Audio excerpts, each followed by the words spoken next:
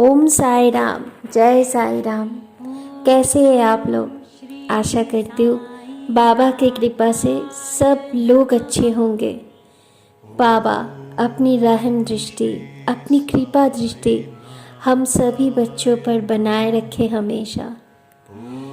And merry Christmas to all of you.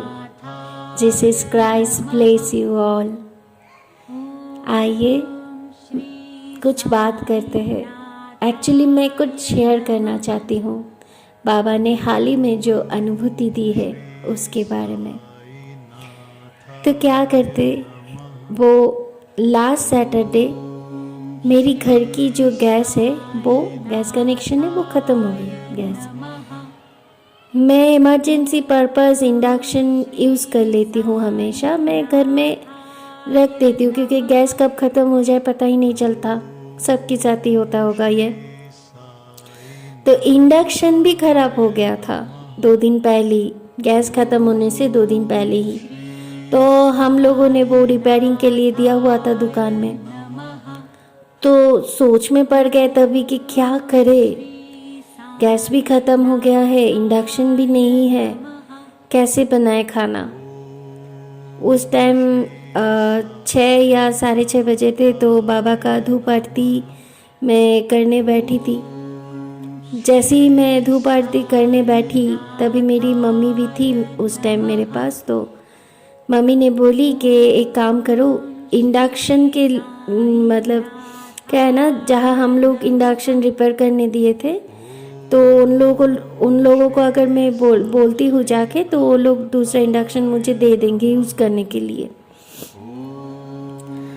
तो ये तो सबको पता ही है कि अगर आपका कुछ सामान ख़राब हो जाता है और आप रिपेयर करने के लिए देते हो तो दुकान में उसके बदले में आपको अगर ज़रूरत हो तो उस चीज़ को दुकानदार को बोलने से वो अरेंज करके देता है।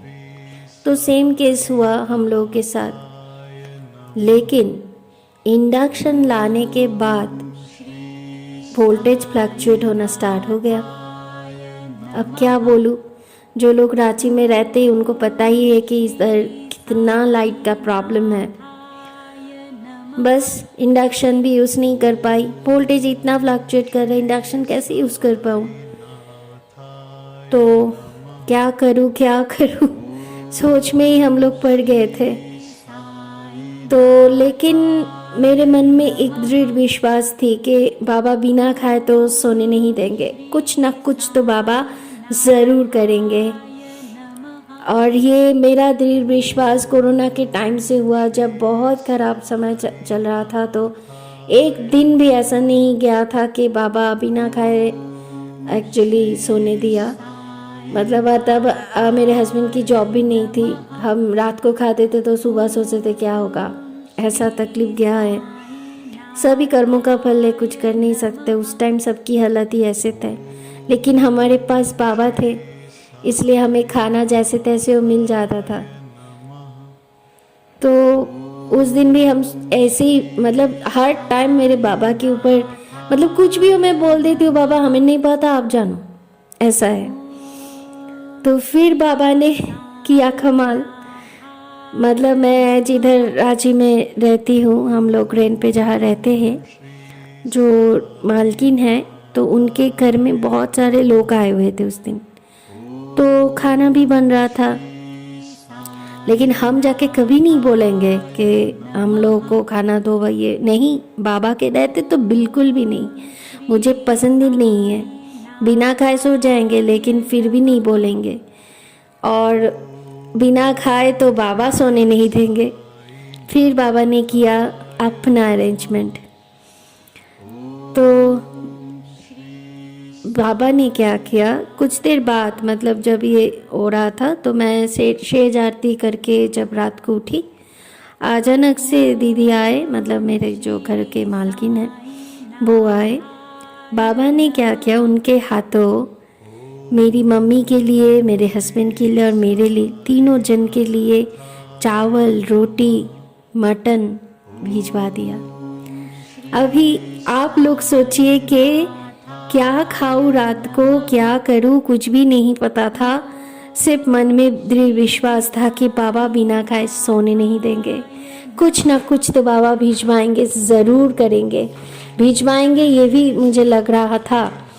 लेकिन ऐसा होगा कुछ ये बिल्कुल नहीं पता था, कोई आइडिया ही नहीं था। इसलिए कहते ना कि हम सोचते बहुत थे लेकिन करते तो बाबा है। हमारी सोच से क्या फ़र्क पड़ता है।